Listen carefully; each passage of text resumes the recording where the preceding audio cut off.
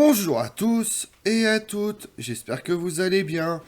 Aujourd'hui, on s'intéresse à l'Empire moghol.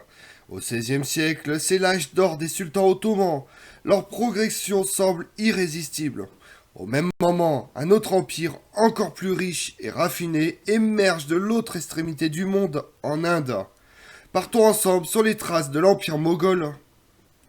À la fin du XIVe siècle, Tamerlan, qui règne de 1370 à 1405, est un chef turco-mongol qui ravage la majeure partie de l'Orient par ses conquêtes dévastatrices.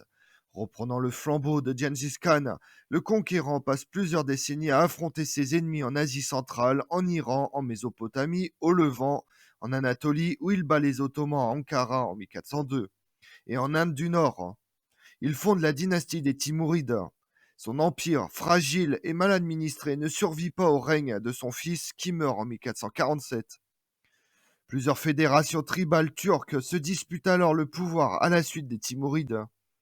Elles ne résistent toutefois pas à l'expansion vers l'est de l'Empire ottoman sous le règne du sultan Bayezid II, ni à l'émergence des Perses safavides, dirigés par Shah Ismaël au début du XVIe siècle. En Asie centrale, des guerres éclatent entre diverses branches de la famille de Tamerlan. Babour, l'ambitieux souverain, souhaite restaurer l'empire de son ancêtre et se lance ainsi à la conquête de son ancienne capitale, Samarcande. Il réussit à l'occuper brièvement en 1497, mais après divers revers de fortune, il finit par perdre son royaume en 1501. Babour ne se laisse pas démonter et part vers le sud. En 1504, il prend Kaboul, puis il fait sa base. Mais ses tentatives pour reconstituer un empire en Asie centrale butent sur l'avancée des Ouzbeks. Malgré des succès ponctuels, contraint de renoncer à l'Asie centrale, Babour se tourne vers l'Inde. Les Portugais sont les premiers Européens à s'installer en Inde. Ils y fondent les Indes portugaises à partir de 1510. La première rencontre portugaise avec l'Inde se déroule le 20 mai 1498 lorsque Vasco de Gama débarque à Calicut. Malgré l'objection des marchands arabes déjà présents, Vasco de Gama s'assure l'obtention d'une lettre de concession ambiguë de droits commerciaux de la part du Zamorin, souverain local de Calicut, mais doit partir de façon précipitée, après que le Zamorin insiste pour qu'il cède toutes ses marchandises en garantie.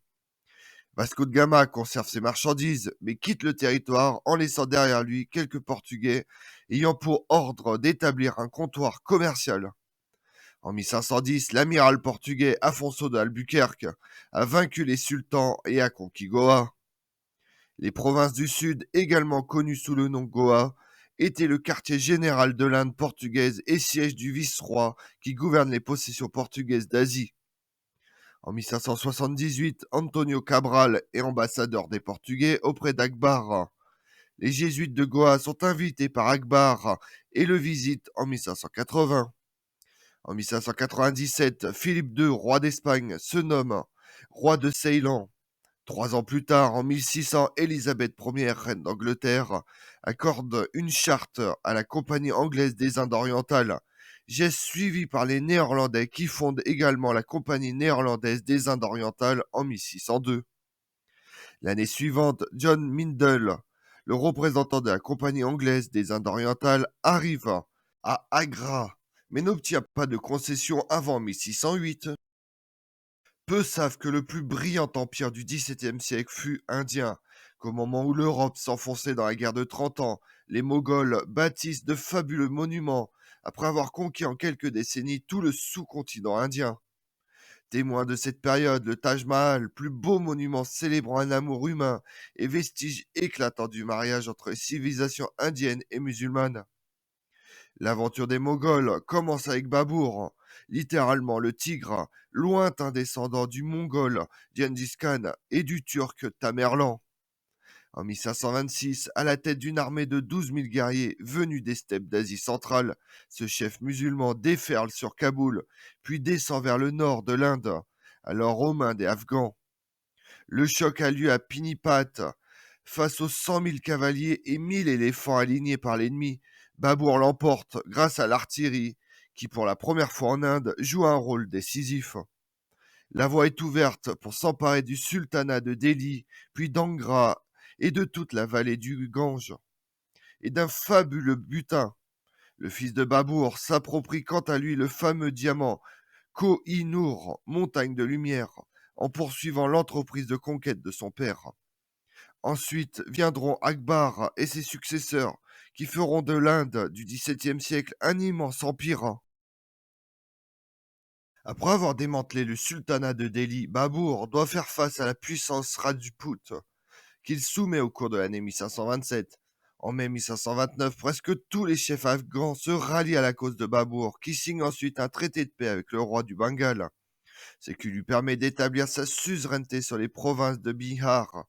Le règne de Babour en Inde fut de courte durée, puisque sa mort survient le 26 décembre 1530 à Agra, laissant un portrait précis de lui-même dans ses mémoires rédigés en turc oriental, qui sont un des livres les plus captivants et précis du conquérant. Le fils de Babour doit céder d'importants territoires à ses trois frères pour essayer de les concilier. Il faudra attendre Akbar et ses successeurs pour que les conquêtes reprennent et que l'empire moghol s'empare de la quasi-totalité de l'Inde. Un territoire fertile d'une richesse qui suscite l'admiration des visiteurs. L'ambassadeur anglais Thomas Roe décrit ainsi les pensées royales qui a eu lieu à chaque anniversaire du souverain. L'empereur, placé sur le plateau d'une balance, recevait l'équivalent de son poids en bijoux, or, argent, étoffe d'or et d'argent, soie.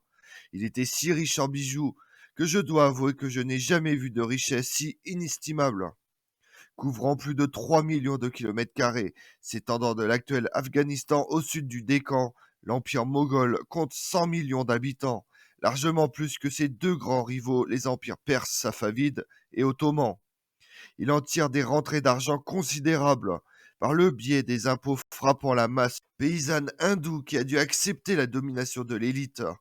Car si l'expansion des villes favorise le dynamisme des échanges, l'empire moghol reste avant tout agraire. Comme dans la France de Louis XIV, toutes ces ressources reposent sur la capacité du pouvoir à pouvoir se reposer sur ses populations. En 1630, alors qu'une terrible famine sévit dans les campagnes, l'empereur Shah Jahan consacre ainsi 1 million de roupies à l'exécution d'un sublime trône orné de pans, emblème de la splendeur moghole. Emporté plus tard en Iran, il servira en 1967 lors du couronnement du dernier Shah d'Iran. L'année suivante, la mort de son épouse préférée, Mutmaz Mahal, va pousser le grand Moghol à édifier à Agra le splendide mausolée-jardin du Taj Mahal, 1632-1653 la durée des travaux. Réalisé en marbre blanc, il est décoré à l'extérieur de calligraphie et de reliefs en jaspes et marbre noir, et à l'intérieur de maqueries de pierres précieuses. Autre monument extraordinaire, le palais d'Ajmer, le fort rouge de Delhi, la ville de Fatehpur Sikri, bâtie en 1571 et abandonnée 15 ans plus tard pour cause de manque d'eau, la mosquée royale de Lahore et la tombe d'Amu Hun à Delhi qui servira de refuge au dernier empereur moghol assiégé par les Anglais. Il sera exilé en 1857. Les Moghols n'ont ainsi de cesse de prouver la magnificence de leur civilisation, multipliant les constructions, subventionnant les savants et les artistes, et favorisant les lettres, poésie, traduction. Mais tandis que les grandes villes de l'Empire, Lahore, Agra, Patna, Kaboul, Delhi, sont bâties à l'intérieur des terres, d'autres métropoles naissent sur le littoral, à Madras, Bombay, Calcutta. C'est dans ces comptoirs que s'entassent les exportations indiennes à destination de l'Europe et même du Nouveau Monde. Cependant, le contrôle du commerce maritime est aux mains des étrangers. D'abord des Portugais qui obtiennent le monopole du poivre, du corail et de l'ébène, et tirent profit de l'exportation de l'indigo, de la cannelle et du salpêtre, un composant de la poudre à canon. Puis des Hollandais et des Anglais, avant que les Français ne se mettent de la partie. Épices, tapis, bijoux, textiles constituent le gros des cargaisons. Très peu chères, les cotonnades blanches à carreaux ou rayées se répandent partout, et les pièces brodées, les mousselines et taffetas du Bengale sont plus recherchées que la soie de Perse. L'Est India Company va jusqu'en Amérique vendre les madras à carreaux et écoule en Afrique des calicots de basse qualité. Le contrôle des exportations indiennes appartient donc entièrement aux Européens, Pourtant, la prospérité est telle que les Moghols, oublieux de ce point faible de leur économie, laissent toute liberté aux négociants étrangers. Si ces derniers les agacent parfois pour leur exigence en affaires, leur activité génère en effet des profits pour l'Empire. L'afflux d'argent, la multiplication des taxes douanières, le plein emploi grâce à l'industrie textile, l'enrichissement des courtiers moghols servent d'intermédiaires, font taire les réticences. La gestion du commerce extérieur par des puissances étrangères finit par limiter le pouvoir des empereurs moghols, qui n'ont jamais pris l'initiative de construire une flotte digne de ce nom. Autre handicap, l'archaïque système de caste qui freine la mobilité sociale et empêche l'émergence d'une classe moyenne et la monopolisation des richesses par un souverain surpuissant et une poignée de nobles. Après un siècle et demi de splendide domination, l'empire moghol s'enfonce dans une décadence qui va faciliter la conquête coloniale britannique de l'Inde au XIXe siècle. Comme on l'a vu, l'empire moghol se maintient en Inde pendant plus de 3 siècles, permettant ainsi une remarquable stabilité de l'administration et un épanouissement parfois somptueux de la vie sociale et culturelle. L'intervention britannique marque cependant la fin de l'empire moghol. Je vous remercie d'avoir suivi cette vidéo en ma compagnie. Si vous voulez connaître mes autres vidéos, retrouvez-moi sur ma chaîne YouTube Tout sur l'Histoire avec Damien, mais également sur les réseaux sociaux, Twitter et Instagram, Histoire Damien. Et pensez à liker, commenter et vous abonner. Je vous remercie à tous.